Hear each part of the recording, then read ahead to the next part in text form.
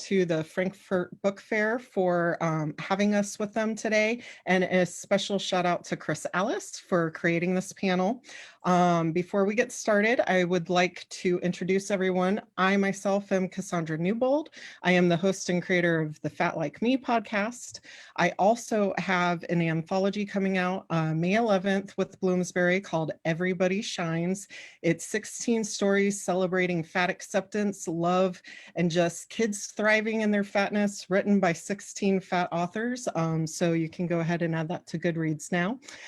We also have on our panel the most amazing authors ever, Olivia Dade, Taj McCoy, and Talia Hibbert. Hi, ladies. How are you? Great. Good, thank you. Yeah. If you could go around and tell us a little bit about yourselves and what you do, that would be awesome.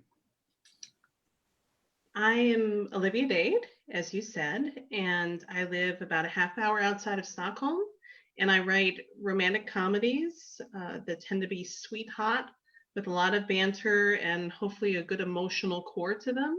And I think the book that most recently came out just a couple weeks ago now was, spoiler alert. So I love the cover, so I had to show it. Your cover is amazing. I love that cover. I cried the first time I saw that cover. Oh. Taj, how about you? So I'm Taj McCoy. I am still kind of brand new at all of this. I just signed a 2-book deal with Mira Books, which is a part of Harlequin HarperCollins. And my book is currently titled The Blueprint, but that's subject to change. And we're looking currently at a release date in early 2022, but it is a rom-com. I focus pretty much on both rom-coms and contemporary romance with plus-size characters as my main characters for all of them. Yay, I'm so excited for your book coming out. And Talia, how about yourself? So I'm Talia Hibbert. I am from the UK and I write sexy, diverse romance where essentially I just try to write really fun, comforting, steamy stories about all different kinds of people getting their happy ever afters. And my upcoming release is Act Your Age Eve Brown, which is the last in my Brown Sisters series. And these are rom-coms and all 3 of the sisters are plus size. They are different sizes, but they are all plus size, and body diversity has just been really important to me to write, and it's always fun to read as well. So that's something I enjoy. Definitely. I love Danny and Zaf so much. Thank you. They're an amazing couple. So let's dive on in. I really want for us to focus a lot on what it means to everyone personally when they're writing body positive love and romance. And so I guess, what does the term body positive love in romance mean to you? Talia, would you like to go first? I feel like body positivity has become a really wide-reaching kind of movement, but for me the core phenomenon has always been like body acceptance, and specifically fat acceptance, and that is something that growing up in romance novels I personally felt the lack of it. You know, it felt like I could use certain romance novels as like inspiration for really negative and unhealthy ways of eating and ways of viewing my own body. So when I started writing, I really wanted to join the people who were doing the exact opposite of that. I wanted to be able to write bodies that felt realistic and relatable to me, and write them in a way that was actually really loving and just positive. And also because I'm a disabled author and I like to write disabled characters and people with health issues, I feel like those things are really intrinsically tied together as well. So I like to think of it as loving your body because it belongs to you, not for any other reason. Definitely. Olivia? I think to add on to what Talia said, is a part of body positivity that's important to me is showing a diverse range of bodies, even within fatness. I mean, Talia mentioned that for her books, that all of her the brown heroines are all different sizes. And I try to have different body shapes within fatness, different heights, because I think sometimes there's a tendency, even for romances that have fat main characters, particularly female fat main characters, they're always hourglass, they're always traditionally pretty, even if they are, even if they're fat, they are also traditionally pretty. And I want to be clear that there's not one type of fatness that deserves love and that is beautiful, that you can be fat in a variety of ways and still be desired and loved. And so that's a part of it that is important to me as well. Definitely 100%. Tosh? Yeah, I mean, I feel like they've pretty much said it all, but I would say I think it's also important, in thinking about body positivity to try to come at it from angles where, it feels really honest, and it feels, it, as much as we always want it to be like that perfect confidence, and we want people to come out stomping into the world, for some of us, we're still on the road to getting there. And so showing the different parts of the journey of being, a plus size person, I think is also a really beautiful part of, this story. I agree 100%. Like, it's so often told with any marginalization, I think, that it's not a monolith ever. Everyone has their story, everyone has their own experience. And so to have so many different varieties coming in and telling their own stories, or telling a story that comes to you and adding your little moments, just creates such more selection on the shelves, so you're not just pigeonholed into one area. And that's why I love seeing the progression over the years of so many different plus size stories being told, because then you get more relatability, people see themselves on the shelves, and that's what matters most, I think, as well as normalizing it for the people who aren't fat and letting them see that you can have your happily ever after, or you can have your amazing job, or whatever your passion or heart's desire is. So it's great. Have you all written plus size protagonists throughout your writing journey, or was it in an evolution that you had to sort of give yourself permission to do as your writing continued? I would say when I first started writing, one of my goals was to show a variety of bodies, so that my first published book, which is no longer published, but my first published book had a very short, sort of slim, but not just sort of I was going to say boyish figure, but that's just not much on top, not a lot of hips, just a very slim figure. And then by later in the series, I had at least two fat heroines. So my goal was to have sort of the gamut of different types of bodies. But then about 2 or 3 years ago, a book came out that really pissed me off. And it was fat representation. But it was, I thought, extremely harmful fat representation.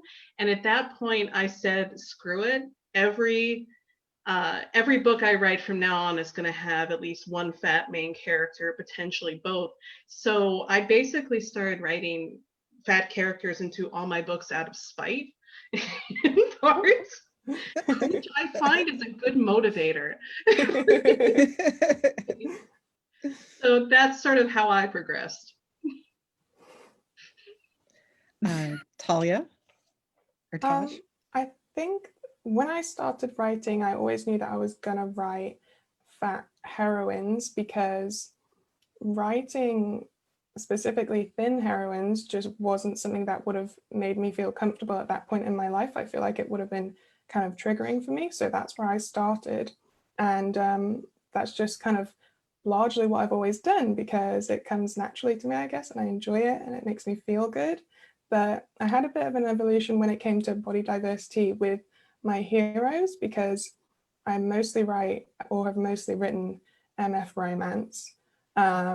And I got to a point where I was like, I've got all this body diversity with my heroines, but I've been writing like cookie cutter ripped heroes, which is fine, but how come I've only been writing those guys? So that's when I started to focus more on body diversity in my heroes as well. So that was my evolution. Yeah. Well, my Blueprint is my first novel.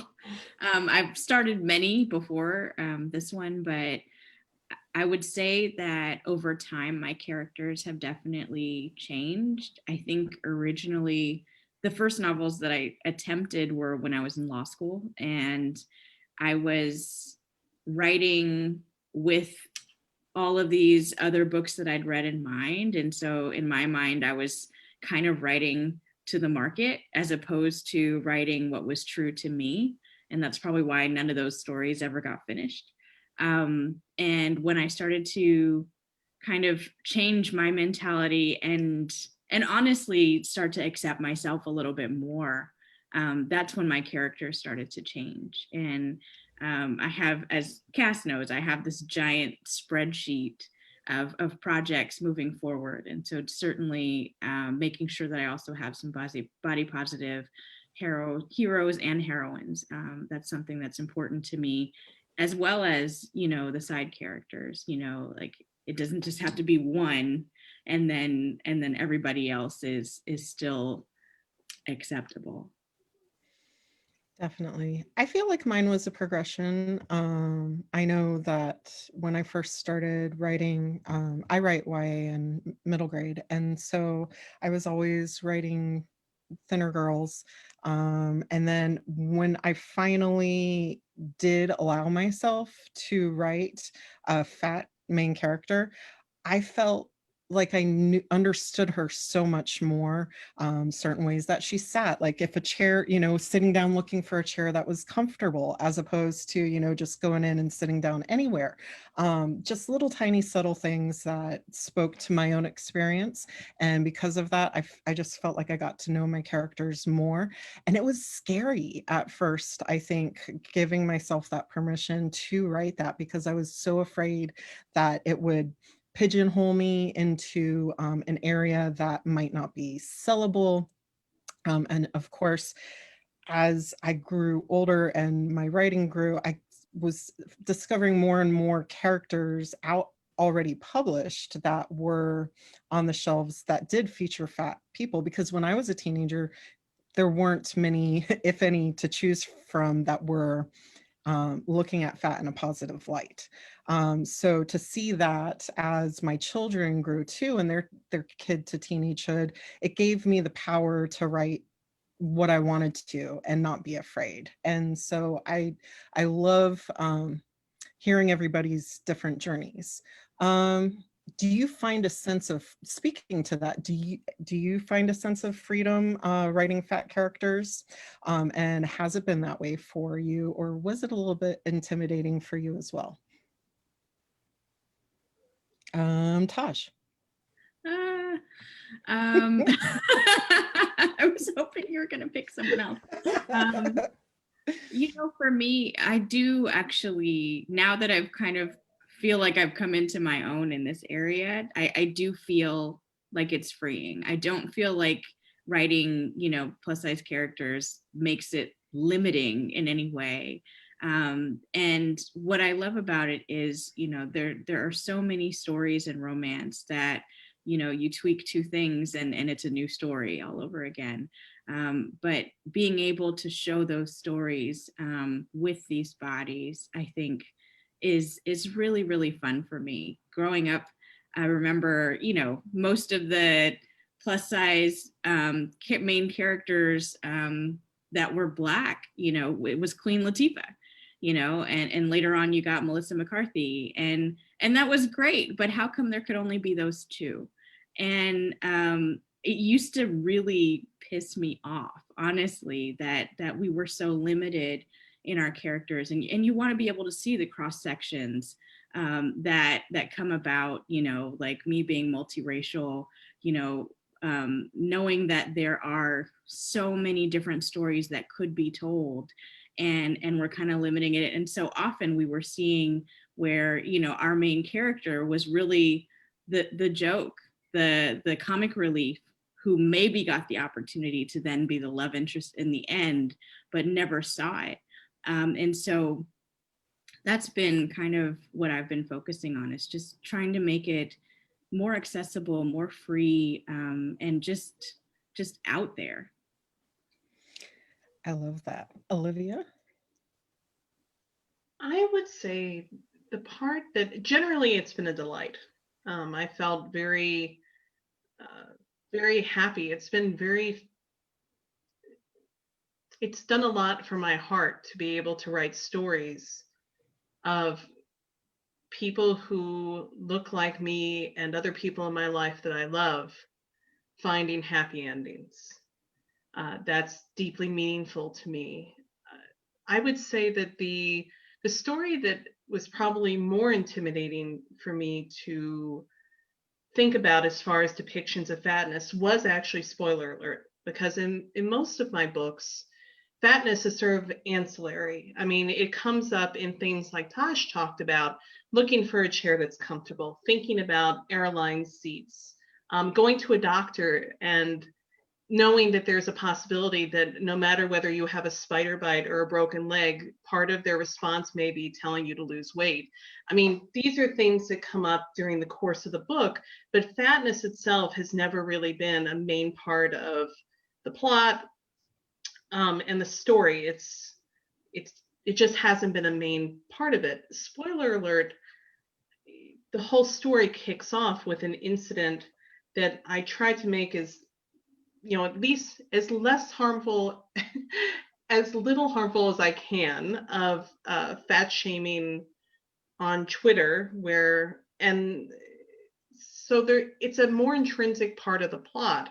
And part of what I worked really hard to balance was showing some of the realities of being a woman online, a fat woman online, and in the public eye, and trying to have a certain amount of realism about what that means from my experience and the experience of others, but not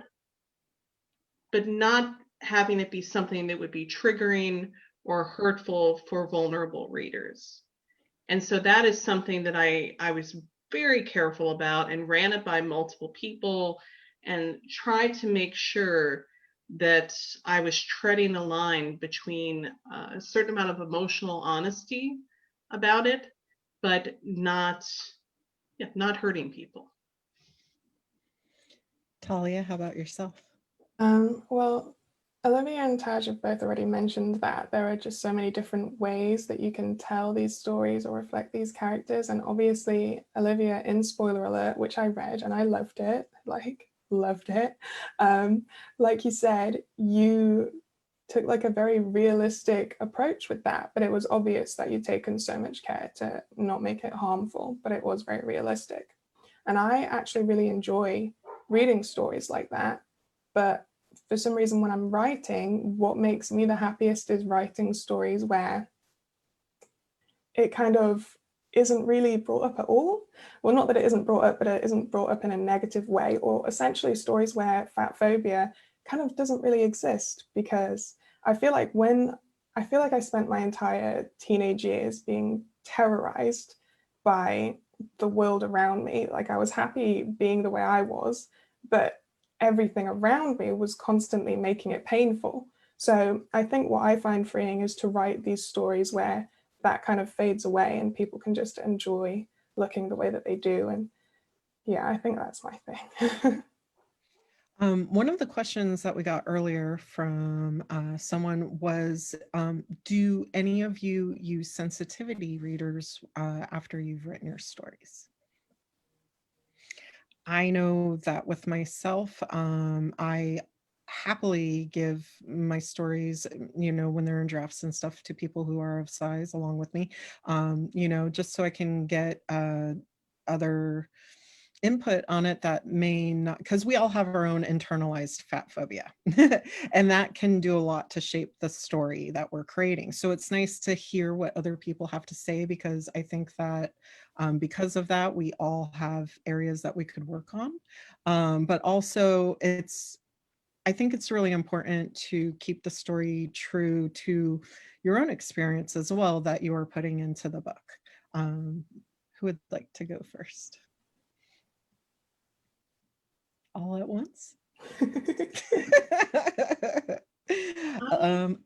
I don't specifically have a sensitivity reader for fatness, but my beta readers that I almost always use, some of them have a history of disordered eating and are quite sensitive to depictions of eating and exercise and fatness.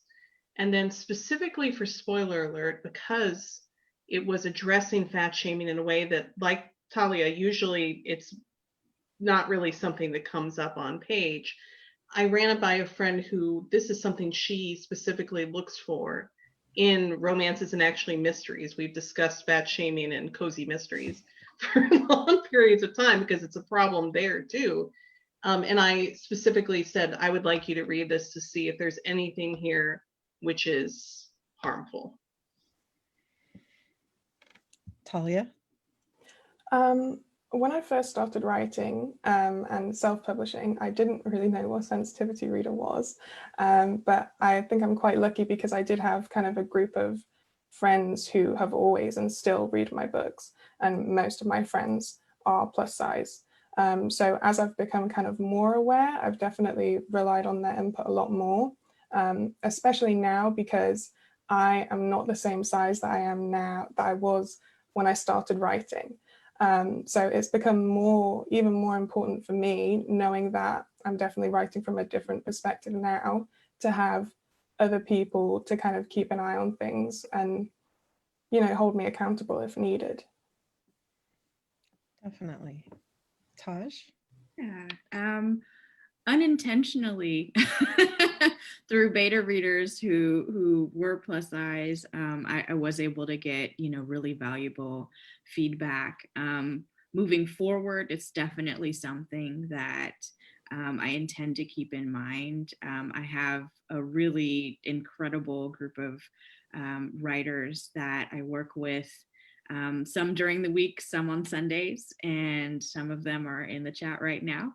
But it's a wonderful thing to be able to kind of bounce ideas, bounce language off of friends, just to see like, hey, do you find anything problematic in what I'm saying right now? I really want to make sure that I'm coming from an honest place, but also a place that's not going to make anybody feel othered. And so just in trying to be really intentional about the way that I make my descriptions, is something that I intend to really pay attention to moving forward. Definitely.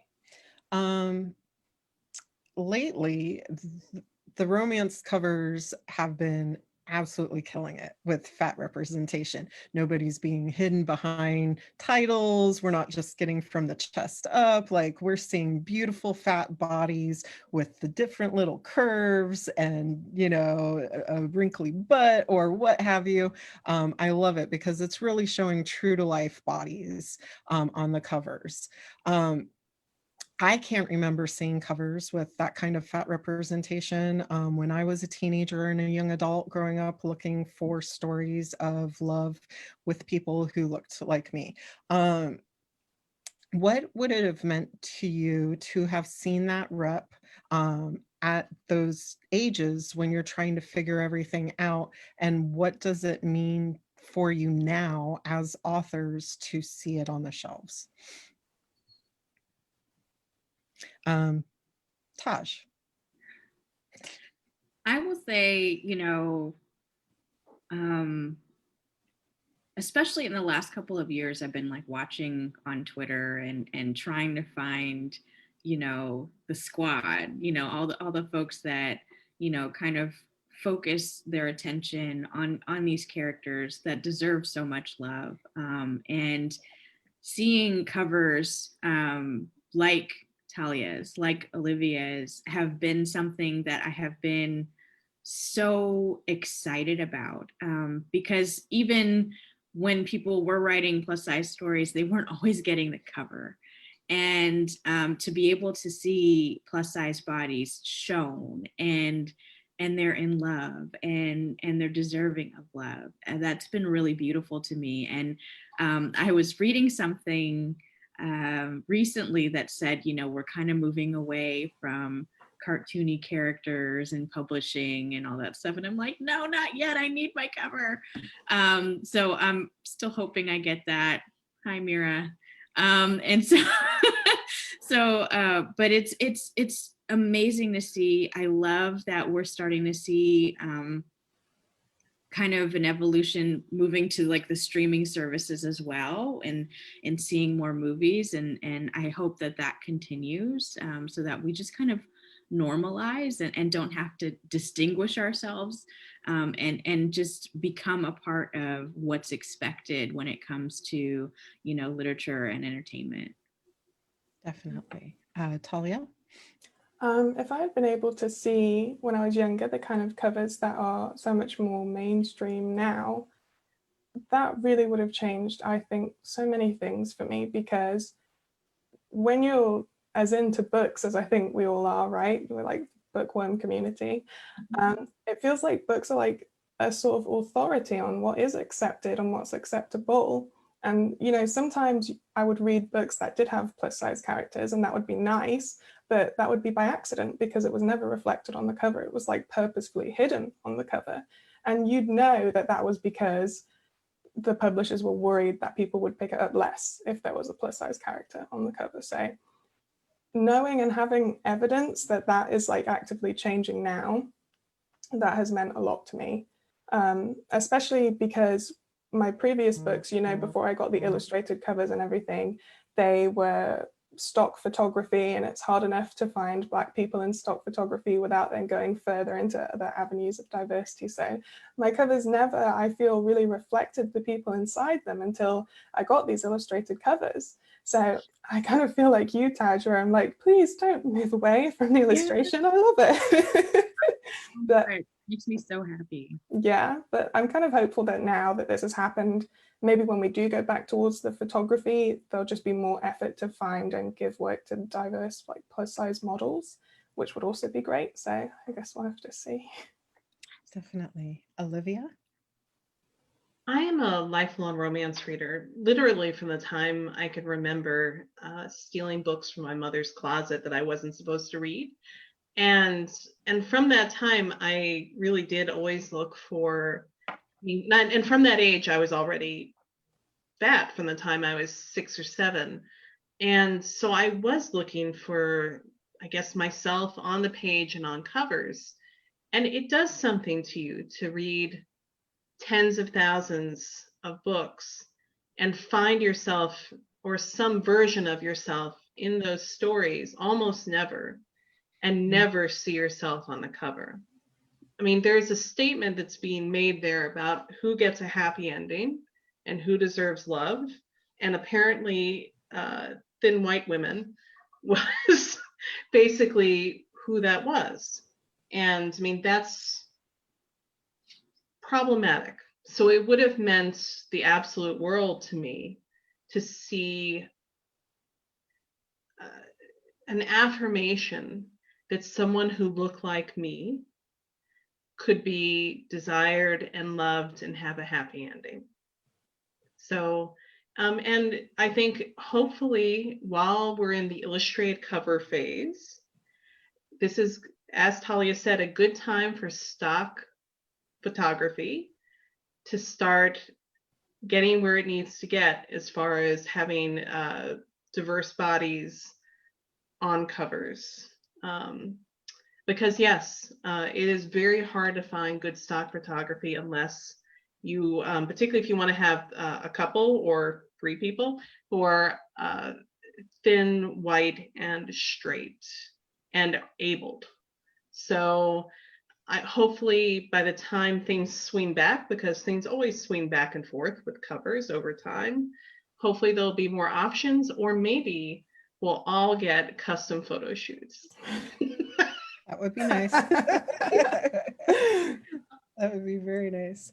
Do you Do you all think having a wide selection of positive, body diverse stories on the shelves is important to those looking for representation? And do you think being able to relate to a main character has the power to give people hope when they are struggling? Talia. I think the whole of the romance genre is about hope, right? So when, like Olivia said, when you can see quite clearly that you're not included in the genre, the message that it gives is that you're not deserving of this brand of hope that we're giving out. So I definitely feel like seeing yourself on a cover and seeing yourself reflected in a story kind of gives you hope, even if you know, like, oh, I shouldn't pin my worth on what these books tell me or the mainstream point of view. It's one thing to know that, but we're all affected so much by what we consume and what we enjoy. You know, you can tell yourself all the logical, sensible things in the world, but emotions are what's affected most when we're reading these books. So hope and positivity and representation, I do think, has a big effect on people. I agree. Olivia. I'm sure that um, I'm sure Talia's had the same experience that I have had in the past couple of years, where I've begun to write pretty much all, well, yes, all fat female main characters, that I have started getting a lot of messages from readers that are sort of heart wrenching, but also very heartwarming. And they have said, I mean, I can't speak for them, so to let their words speak for themselves, that they have found it meaningful, you know, to see the covers and to read the stories. And when I send them to Talia's books, they write me back and tell me how wonderful they thought Talia's books were, and how heartening they found those as well. So I know that it's true for her books too, because I'm basically out there telling people the good news of Talia Hibbert. Oh my God, They thank you. ask me who else they should read who does great fat rep, then you and some books by Rebecca Weatherspoon and others. That's where I send people. That's what I do as well. I always send them to you and Rebecca. Taj. Yeah, I mean, really, I send them to these two plus Rebecca, and that's really it's been a lot of fun to kind of watch and kind of come behind others who are doing it, and I pick up their books and I study them because it's just to have a market now, right, where we've seen limitation, but now we're starting to see more growth in the area, to have our space and to be able to kind of pull from different authors and get a sense of how they do their voice, how they do their body descriptions, where do your stories fit, how do you differentiate. I think all of that matters, and you really can't see it until you can see the stories on the shelf. Definitely. While fat rep stories are being published more often now, I think we can all agree that there's still a long way to go until it's the norm, not the exception. That's part of what our Taj and I's podcast talks about, is just how much further we do have to go. Do you think publishing is doing the work when it comes to intersectional fat rep? And where is it lacking still? I think that typically, more often than not, we get fat, cis, white women. And then after that, probably comes fat, cis, Black women. And then we get a little sprinkling here and there. Rarely do we get fat men as the main characters. Rarely do we get neurodiverse or disabled in any way, or a combination of everything. So where do you feel that, like, on the shelves, what would you like to see more of, and just, do you think that we still have a long way to go? Talia. I feel like, yeah, I think there is a way to go, but I'm heartened by the fact that, like, for example, I was able to sell the Brown Sisters series, which has disabled fat heroines and neurodiversity and things like that, and has like a bigger hero in Take a Hint, Danny Brown, which was something that I was like, they're gonna pull me up on this, and they did not. They were like, cool. And I was like, yay. So that has actually been a really positive experience for me as a writer. But at the same time, I'm not seeing huge amounts of it elsewhere. Like when people do come to me and say, what can I read that's like this? As Olivia said, there is a list of people that we kind of send readers to, but the list is kind of short.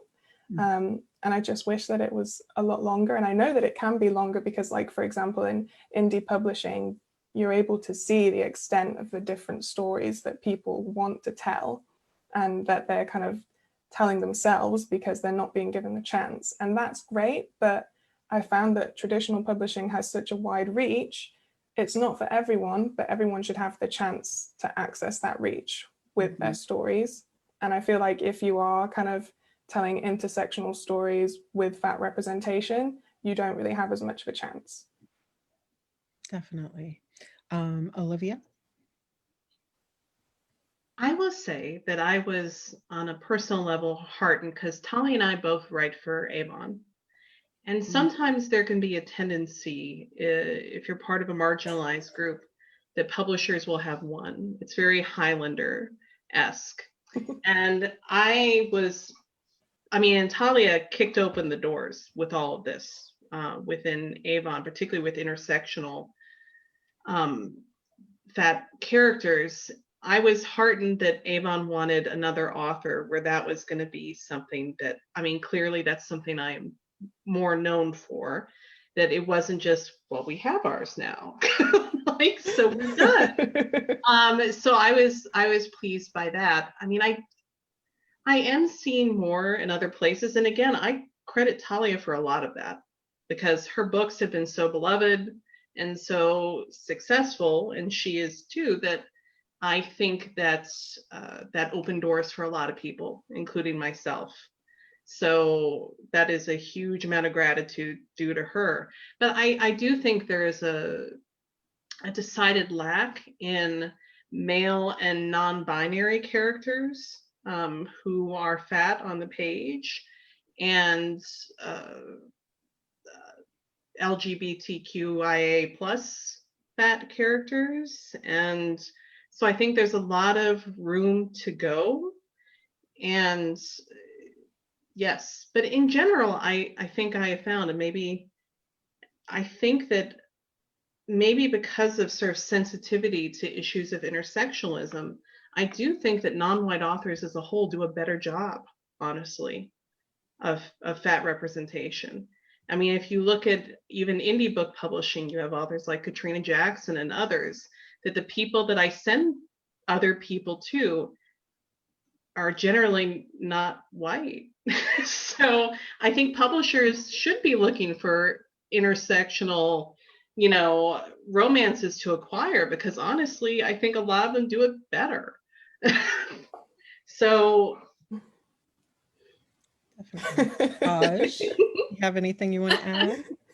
And it's funny because you guys are in the chat and I'm like kind of watching you but trying to listen to, and it's funny because I saw Kathy mention tokenism, and that's kind of what I was thinking as we were going, is because like you'll see that there's like a couple of Black authors, and then you worry that there's not room for any more. And for me, I am Black, Thai, and Filipino.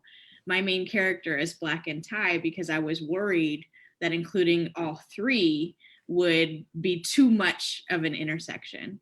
And so it's definitely something that I think people are facing as they're making these characters.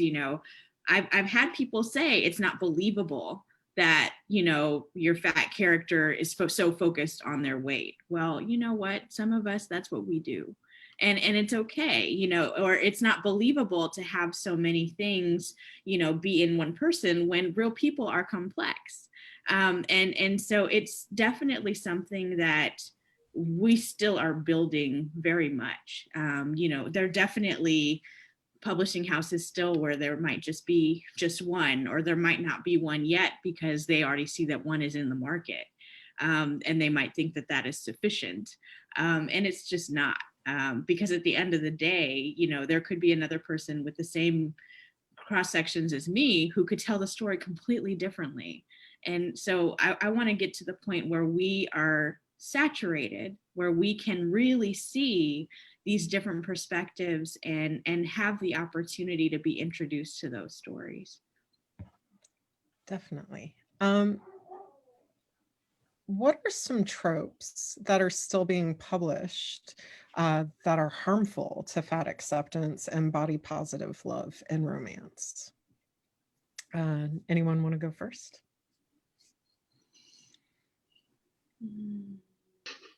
Talia? I'm looking at Olivia. We're so bad at this. I'll go first. I think Please. that a trope that is very harmful is when people are still being told that the struggles of diet culture, that you have to lose weight to attain your heart's desire.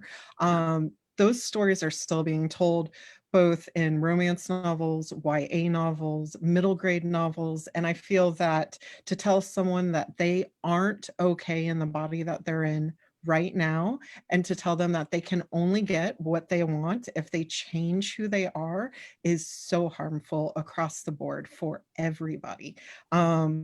I think that instead we can all talk about our struggles. I'm not saying that you can't have hopes and dreams to change yourself in different ways. That's totally fine. But while you are on your own progression and your own journey through life, whatever that may be, feel okay with yourself now. Not every day do you have to wake up and be like, I love myself. This is fucking awesome. I mean, this is awesome. Sorry. But I mean, Everybody like, knows the language. They but like I mean, romance. yeah. But I mean, like, be okay with who you are. Enjoy your life today. Enjoy your journey for what it is, and know that you can get what you want in the body you are now. You don't have to be a victim of diet culture to get your heart's desire. So that's my biggest struggle with books that are being published today. Feel free to jump in. So I'm seeing Kathy in the chat, and I actually 100% agree with her. She mentioned, she's tired of seeing the sassy Black girlfriend who, is the best friend, and her friend is the main character, and she's like all nurturing and happy and rooting for you, but I don't get anything out of this. And it's true, like we are seen as the nurturers, the one that everybody comes running to. So we have the answers and we have the shoulder, and we're going to care and we're going to cook for you. And then we get nothing.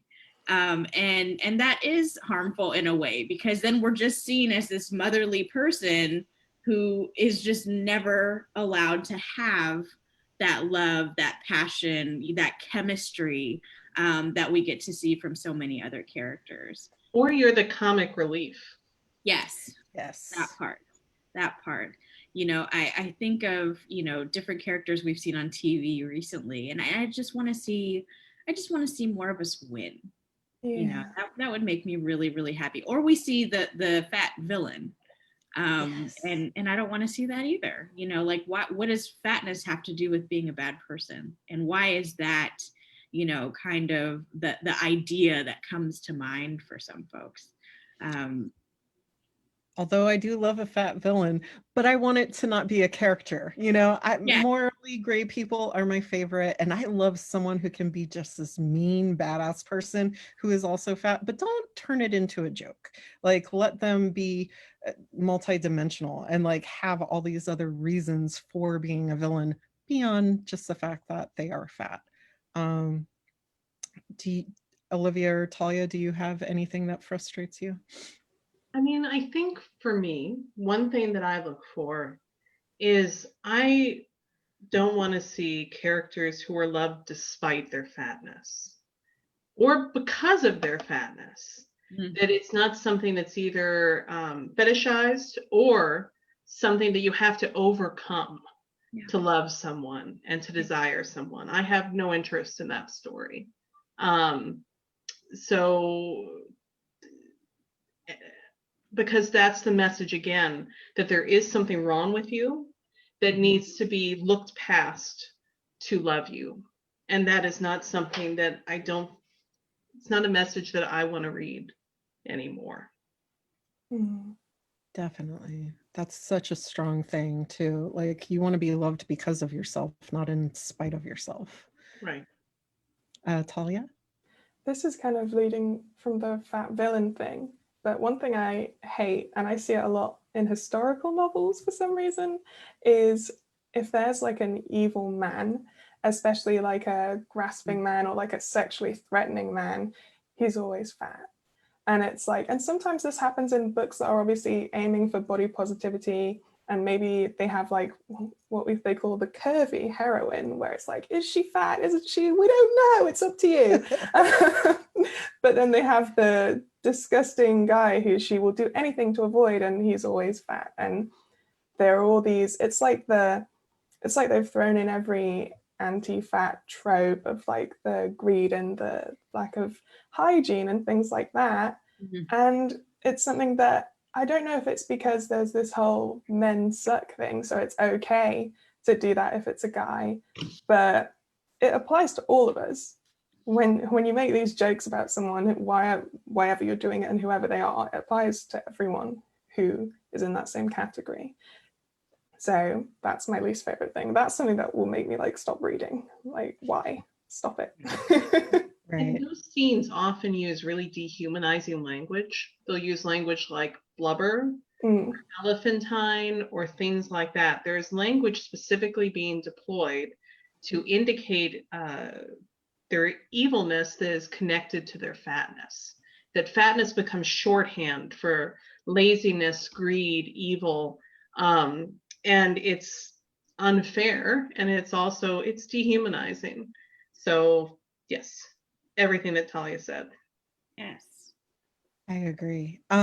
Bringing that into one of the watchers' questions that I think sort of ties into it. Someone says, as someone who is average chubby for most of my life, but am much bigger now, I struggle with the label fat or even plus size. What makes a character person fat as opposed to just being chubby or just average, i.e. skinny? I think it's all in your perception. Everybody has their own definition of fat. And up until recently, I think it was always used in a derogatory way. So people took feelings and put it into a 3-letter word and turned it into this insult that it's a descriptor. And I think that now that people are more comfortable with claiming it for themselves and using it the same way you would use short and tall and, brown eyes and the person is fat. Like, you take the power out of the word and you give it back to what it originally should be, just a way to describe someone. So as far as like, for me, I think that when you change your language, when you change the power of a word, that label does not become what you think it is. And therefore, I think we all have our own way of becoming used to certain things that have harmed us in the past. So what makes a character or person fat is entirely up to you, the writer, and then again to you, the reader. And no way is wrong or right. It's a descriptor word, and that's all it should ever really be, whether it's, someone using it in a very positive way, I think, or just a way to like tell about the character before they move on with the rest of the story. So anyone else want to? It's a spectrum, right? Like, so there's not like, oh, you're at the threshold, now you're fat. Like it's so much more than that, right? Yes, it is about, the curvy person, the plus size person, but it's also about a state of mind. It's a lot of things. And, I will never walk up to someone and say, no, you're fat. Like, that's not how it works. But I do claim that word for myself. I am a plus size woman who has had to fight to get to self-acceptance. And I own every bit of where I am now, but it took work to get there. And that work is what you see in my debut, because she has a shaky moment. I'm not going to lie to you guys, so the thing that we hate is, seeing women feel like, oh, let me hurry up and change so that he'll want me back. And so my main character goes through that. And then realizes like, well, I don't need that because clearly there's better on the other side. And he likes me exactly how I am right now, enough to pick me up and put me on a kitchen island. I'm just saying. So it's just one of those things where, you want to be able to see the spectrum. You want to know that regardless of size. And I saw someone, I think it was Kelly, put in the chat, like, well, how do you describe these things without just saying curvy?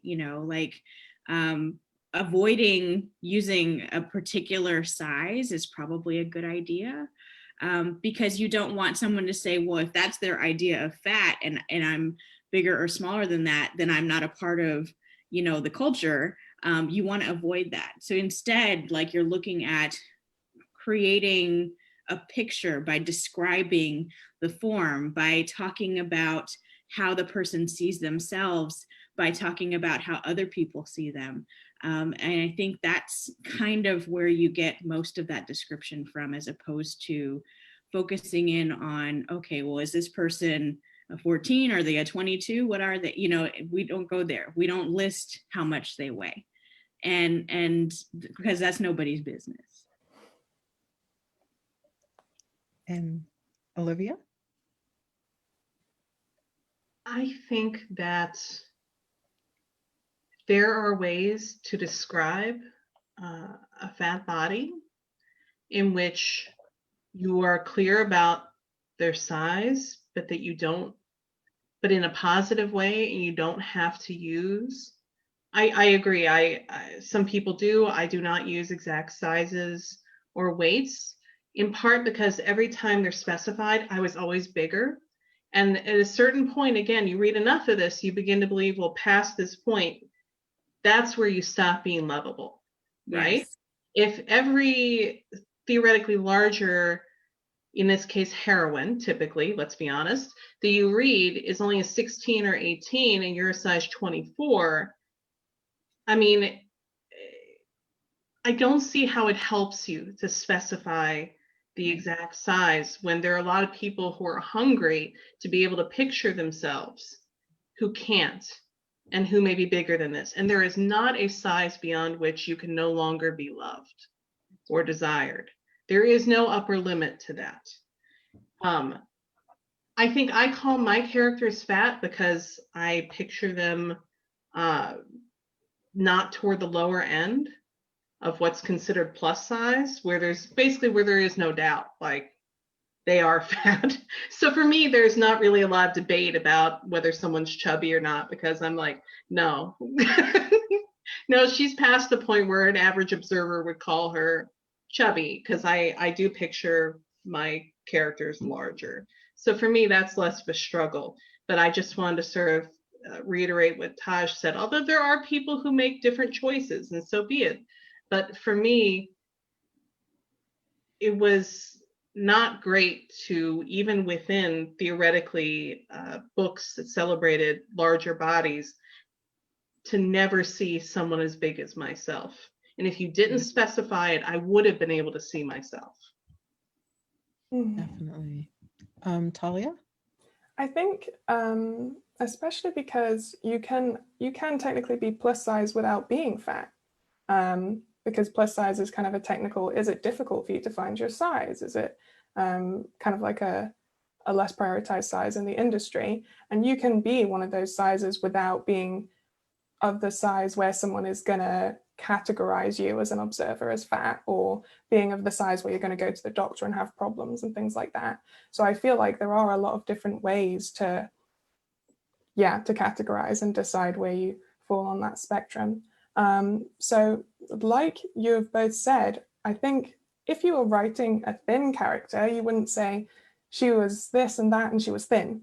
You would describe the person's body. So similarly, if I'm writing a fat character, I'm not going to say she was this or that. I'm going to describe her body. And yeah, I think that's tended to be my approach, because that's just what makes the most sense, when you're writing.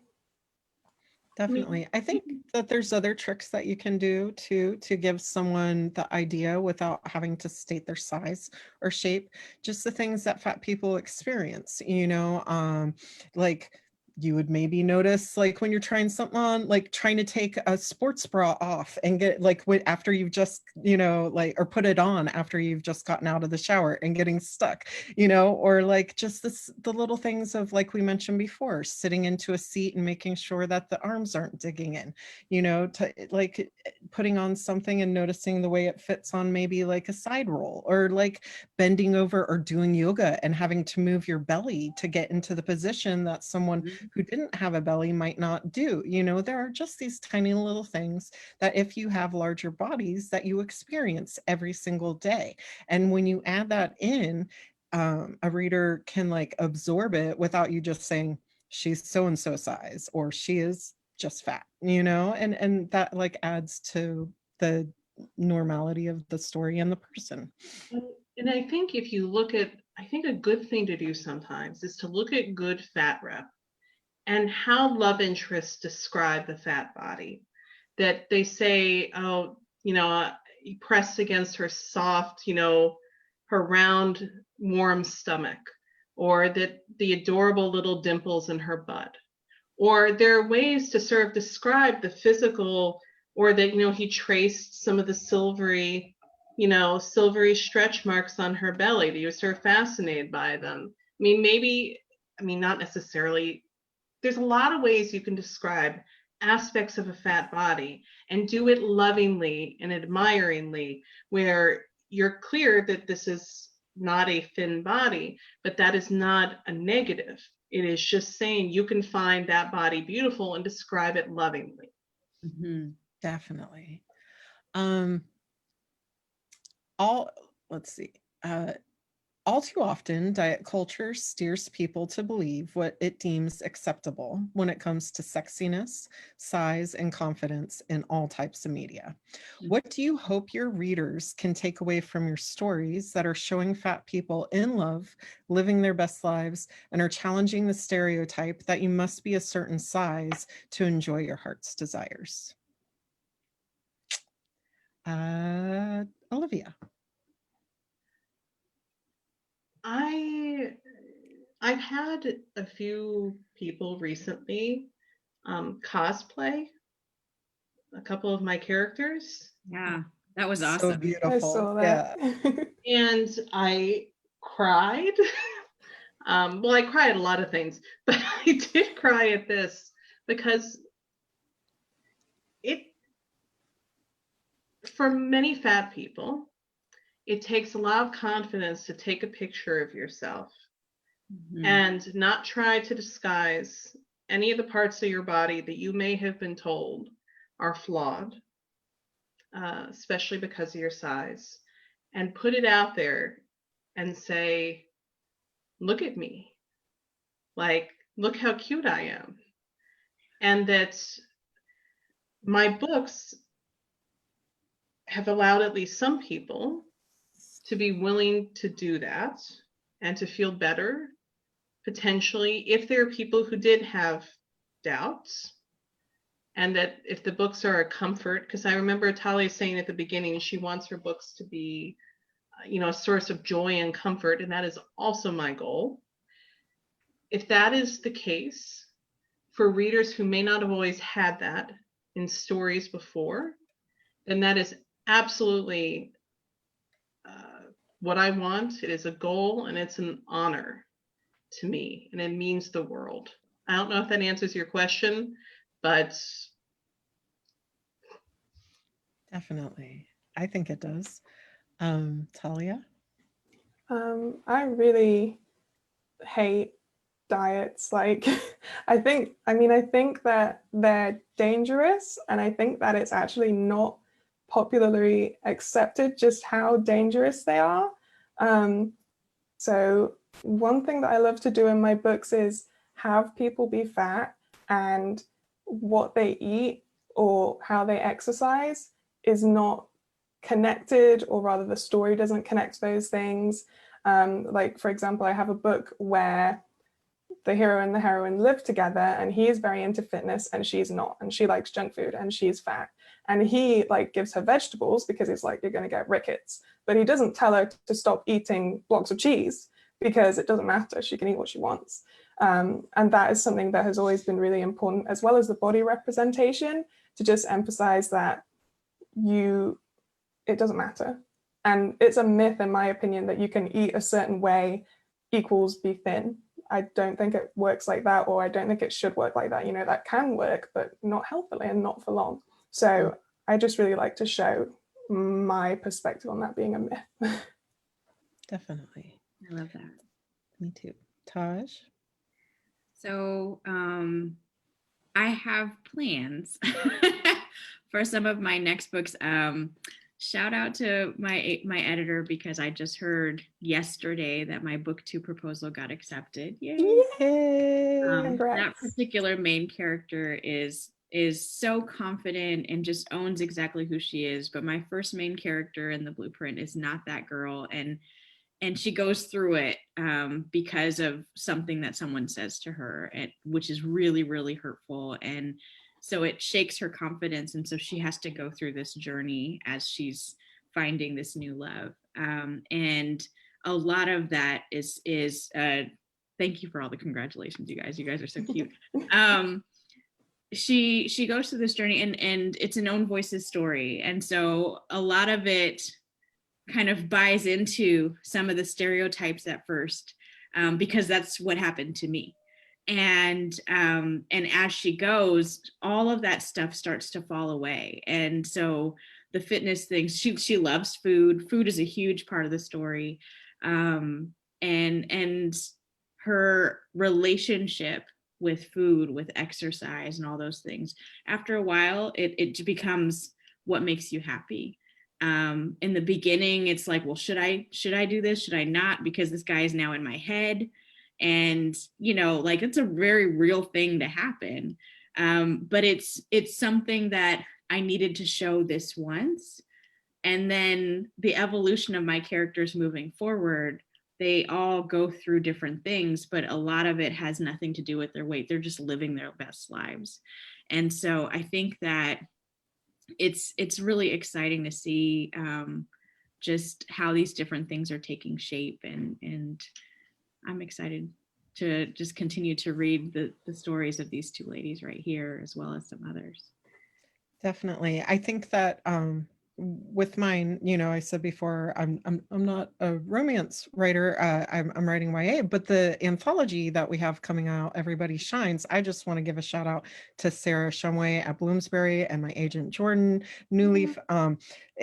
It from the beginning, we have wanted to make sure that the anthology just represents children, plus size children, fat children, living their best lives. We've got, you know, stories about astronauts, rock stars, break dancers, you know, directors moving out to college in California, queer proms. Like, we have fairy tales, we've got witches, we've got all of these kids that are so much more than the fat sidekick who is just funny and there. And, you know, I think that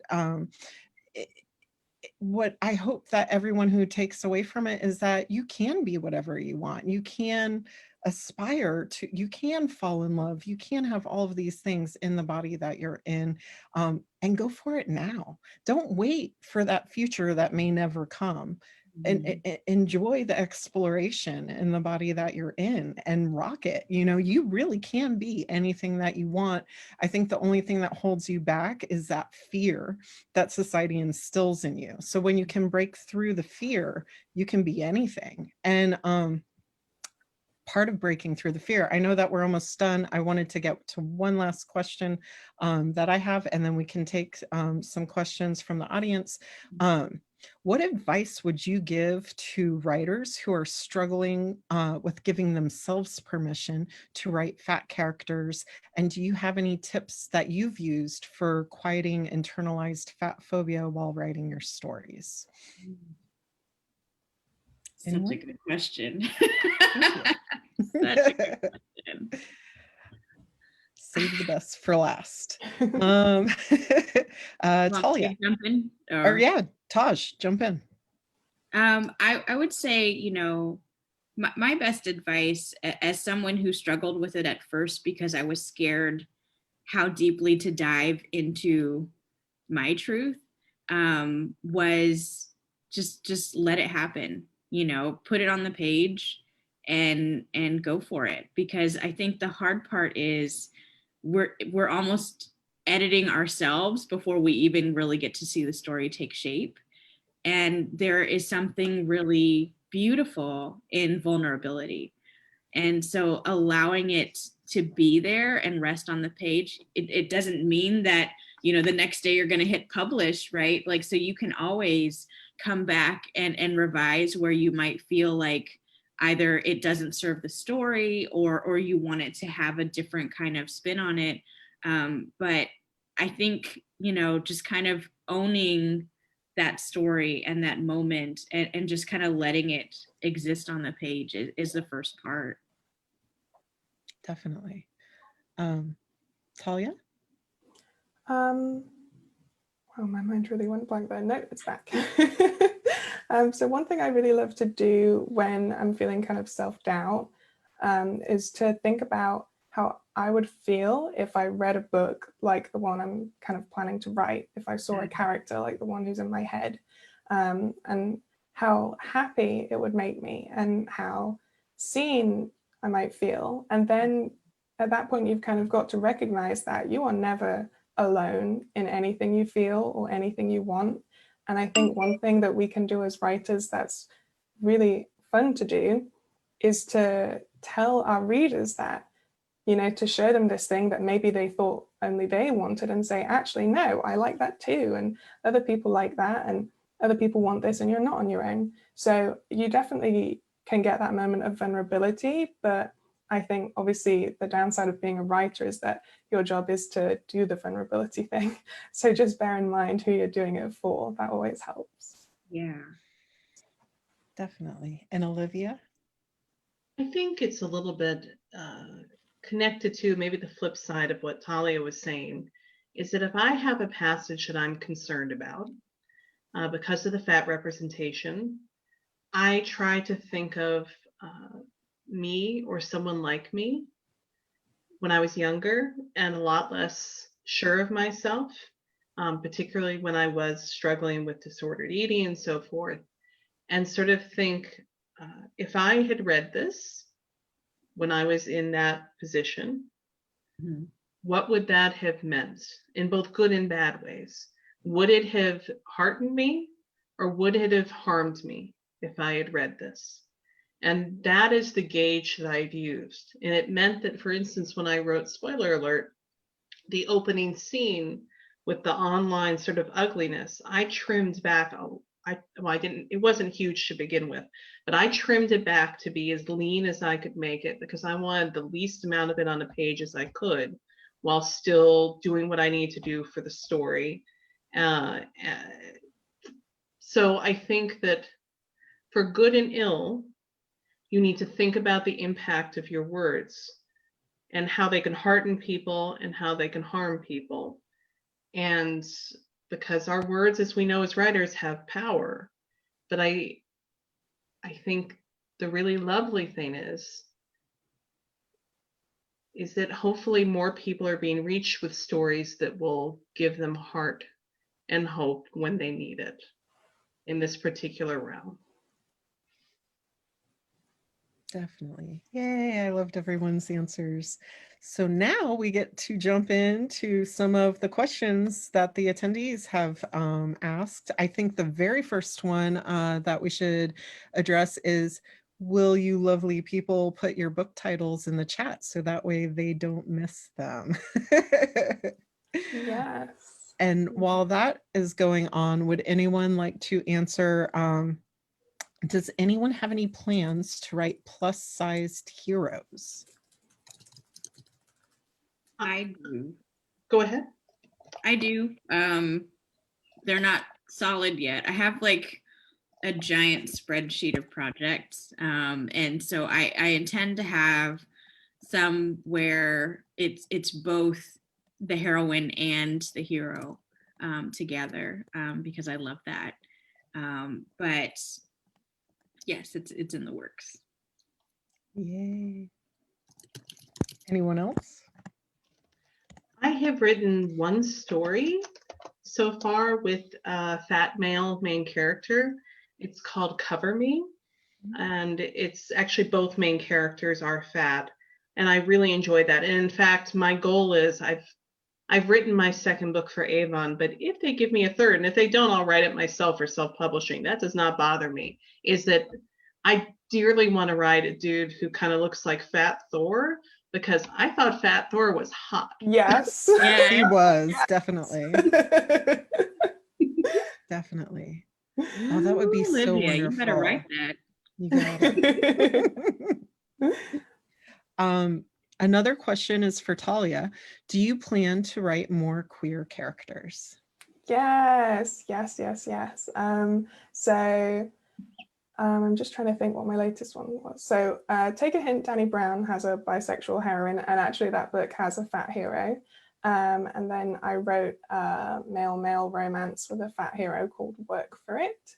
And I mean, I'm always going to write books with queer characters, but in terms of what is on my list to do next, I have a paranormal series I'm working on that's all these siblings, and there is a lesbian sister and there is a bisexual brother. So those are my next queer books. I mean, it's 2020, so my schedule is like a wish and a prayer, but it's happening. They are coming eventually. How about you? Or wait, you already said Taj too. So yeah, that's awesome that everyone is planning on writing plus size heroes and more queer characters. I think I love seeing queer characters in books. My story Shatter and Everybody Shines is bisexual, and I feel like being able to add that little part of me to it just made it feel so much more, because she experiences like that first moment of attraction to somebody on the dance floor.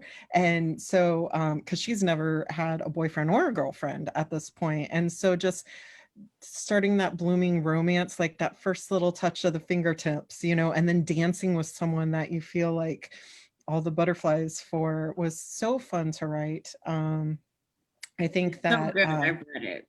Oh, thank you. But yeah, I love seeing, like we were saying before, the more intersectional books that can be out there on the shelves, the more that people can pick up and be like, that's me. I relate to that. That's awesome, you know, and it becomes the norm, not the exception, which I think for all of us is something that we all aspire to see. You know, it sucks when you have one or two books that you can choose that you truly relate to. Not that you don't enjoy other journeys, because that's what writing is, or reading is, but like to really, really be able to relate to something is so magical. Let's see, what else do people say? Oh, can the panelists speak more on writing characters with disabilities, diverse abilities, or health issues? I'm a huge fan of Talia and know she has written characters with either or both of these. What reaction have you seen to this? Well, the reaction to my disabled and or neurodiverse characters is always, I would always write these characters because it reflects kind of my experiences and it makes me happy. But when I get responses from readers, it always reminds me of like why I'm doing this and how much good it can do, because it makes me so happy to get emails that like I might have sent when I wasn't a writer yet, if I had read something that reflected that. You know, when people say, oh, I really connected to the way that Chloe felt when she had a bad pain day, or like when I read this representation of anxiety and I was like, oh, that's what I get and I've never really seen that. That is like the best thing ever. Like I reply to emails like that, like, you just made my day, and it probably sounds really fake, but you did. You really did. It's true. When I was reading about Zaf not being able to sleep at night due to his anxiety for what had happened in his past, like it was so relatable. I have PTSD and anxiety, and just like sleep is a very hard thing for me. So it was great to find that representation. And do any of you ever write about disabilities that you may not have yourself? And if so, do you research them thoroughly in the process of writing? I tend to stick to ones that I'm personally, I'm physically and mentally disabled, and so neurodiverse. And so I try to write what I know, but how is it for the rest of you? For me, most of my characters will have things that I've personally experienced, but I do have an exception that's upcoming for a book. There are 5 people in my family that have lupus, and so it's something that I would like to put out into the world, because I think it's more common than people think. And, what different members of my family have gone through. Each one has dealt with it differently and had different challenges, but that it can affect so many people in such different ways and still be the same thing. I think that those stories are really important. Definitely, 100%. Olivia? For the most part, I try to write about own voices issues. So fatness, I also have struggled with anxiety and depression. So I have written some about that. I suspect that I may write more about depression in the future, but I wrote an anxious female main character with desire in the deep blue sea. And I have, with spoiler alert, my hero is dyslexic. I am not dyslexic, but yes, I did a lot of research and ran it by people. And so far, so good as far as feedback on it from people who are dyslexic, who have dyslexia, or who have family members who have dyslexia. So far, I have not gotten any, no one has been hurt by what I wrote, which is the goal. So, but for the most part, I try to stick to something I can feel pretty confident that I can speak about in a way that won't harm anyone. Definitely. Let's see. I know we're getting close to having to sign out. I'm going to answer as many of these get to as many of these as we can. Someone asks, has age played a role in all of your characters and the way that they view their bodies? I love that all of the Women X seem to have this sense of acceptance or owning their bodies. I mean, I know that well, as long as I guess I can say, I have given progressively fewer flips about what other people think as I've gotten older. And so I think that has helped. I almost always write characters who are in their late 30s, or for my self-published stuff in their 40s typically. And I think that probably does help with the sort of confidence that they have in their own bodies, because it takes time to sort of break free of the socialization and the messages you get. Like when you're growing up in school, I mean, I was a fat kid, and the things that you expect to sometimes happen to fat kids happened to me. And it takes time to get past that. But there are some people, I think there are some younger people now who seem to have that sort of confidence younger. And I'm going to be so happy to see that blossom on the page in a way that I don't think we necessarily have seen a ton in the past. So, and I think you see that in YA more. That has happened in YA, but maybe not 20-something romances yet, but I hope that's coming. Yeah, I pretty much kind of stick to like somewhere between 29 and 40 right now. I'm in my late 30s, and just kind of going with that range because that's recent that I've experienced. I think when I was first really getting into attempting novels, I was writing things in my earlier 20s, and I wasn't quite ready yet. And I think that my characters didn't quite know who they were, because I didn't quite know who I was yet. And so definitely, like Olivia said, people get into your 30s, you really come into your own, you have a sense of who you are, what you want, what you don't. And that confidence is stronger than it may have been in your 20s. And so that's kind of the same angle I'm going with. Talia? I think all my characters thus far are older than me, because because when I read books, the characters are all kind of older than me. So I was like, I have to write them this age. But I think that for me, I gained confidence younger than I might have because of my disability and having to kind of fight to protect myself. It made me have a closer and more positive relationship with my body in the end, because no one else was going to advocate for me, so I had to do that. And it was a rough way to get there, but I think it really did help me get there faster. Yeah.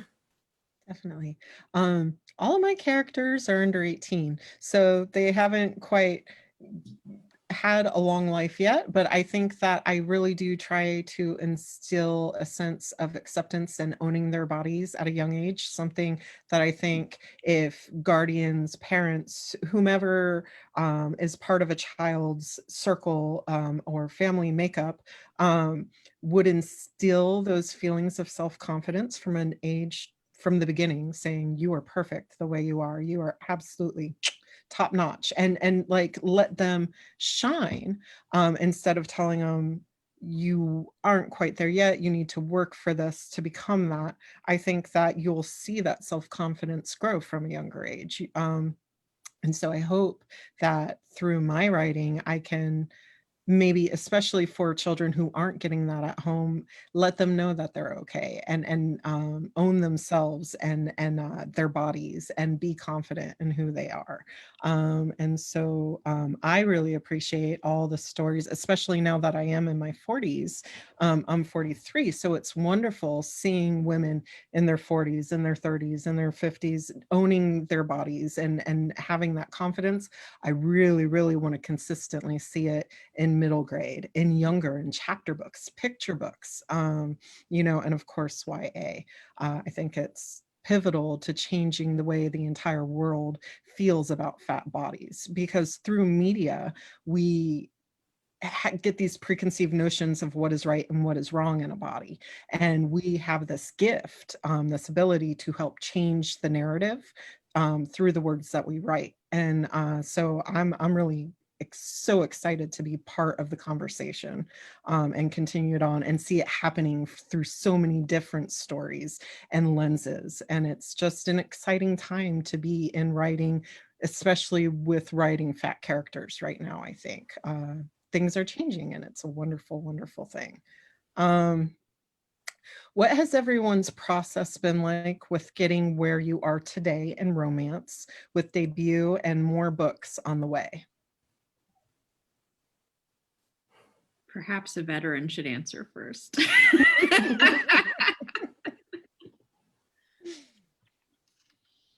In my case, I started out with digital first, where they have, you can get print on demand paperbacks, but it's not available really in bookstores generally. It's mostly ebook. I started with a series with that, and then I sort of questioned many of my life decisions. So I took a couple years away from traditional publishing and then ended up self-publishing several books. And that went really well. And then I ended up Yeah, I have got my agent, another agent, a different one than my first one, and I signed with Avon. So that is sort of what my journey has been like. Talia? So I started out self-publishing because I was like super confident that I was not going to get a trad deal. And then, after self-publishing quite a few books, I got an agent. And at first I was like, oh, she's going to help me sell like foreign language rights and audio rights. This is great. And then she was like, okay, let's try and sell something to a traditional publisher. And I was like, what? So we gave that a go, and that is how I signed for my first series with Avon. So now I guess I'm hybrid because I do love self-publishing, but traditional publishing has been fun too. So that's where I'm at. When I first started out, I was planning to self-publish. In my mind, I had done all this research and I was like, I'm just going to take the bull by the horns and just do it myself. And I started to, just get more familiar with the writing community on Twitter and just learned so much.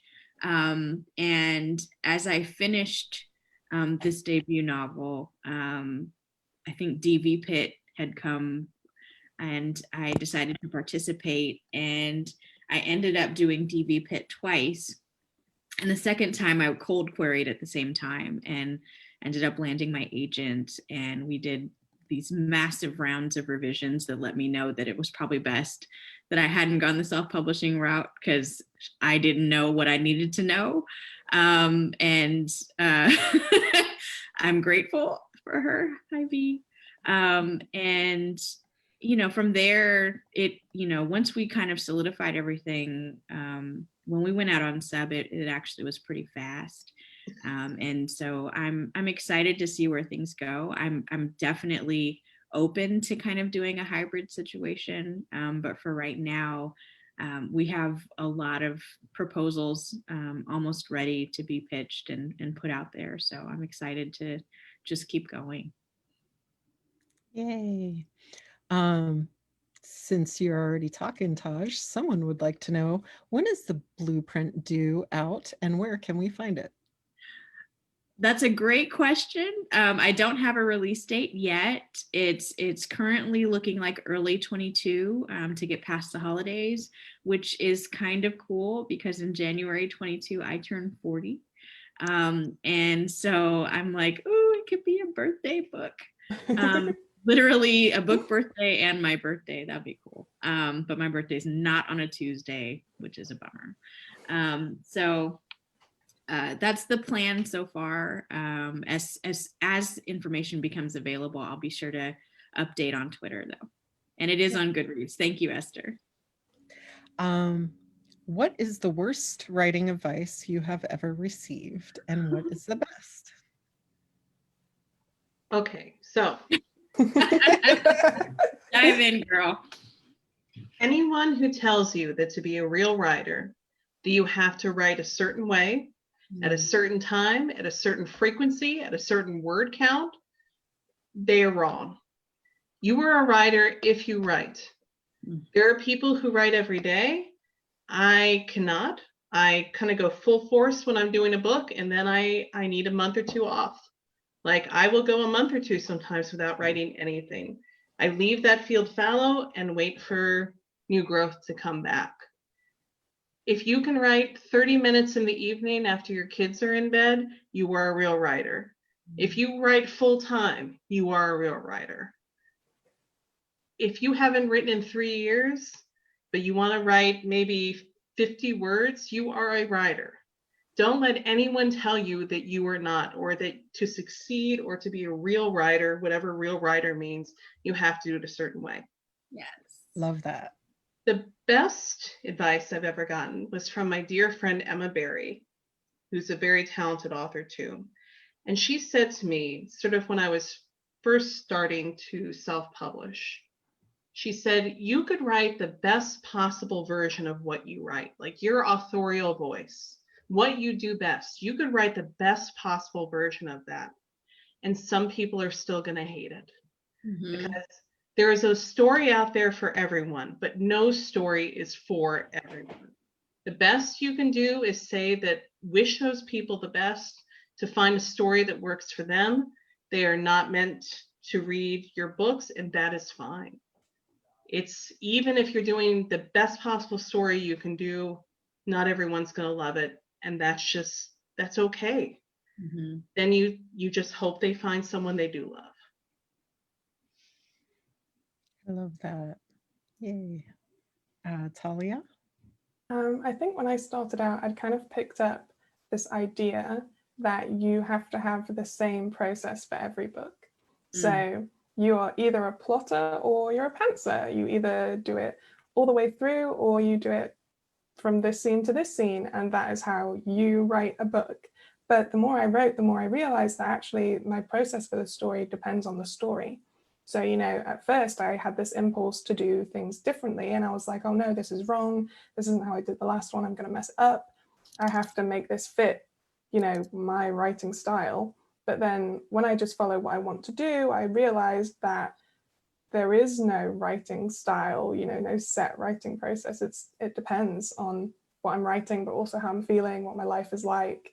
So it's basically echoing what Olivia said about how you have to be flexible, and every way to write is a real way and a valid way.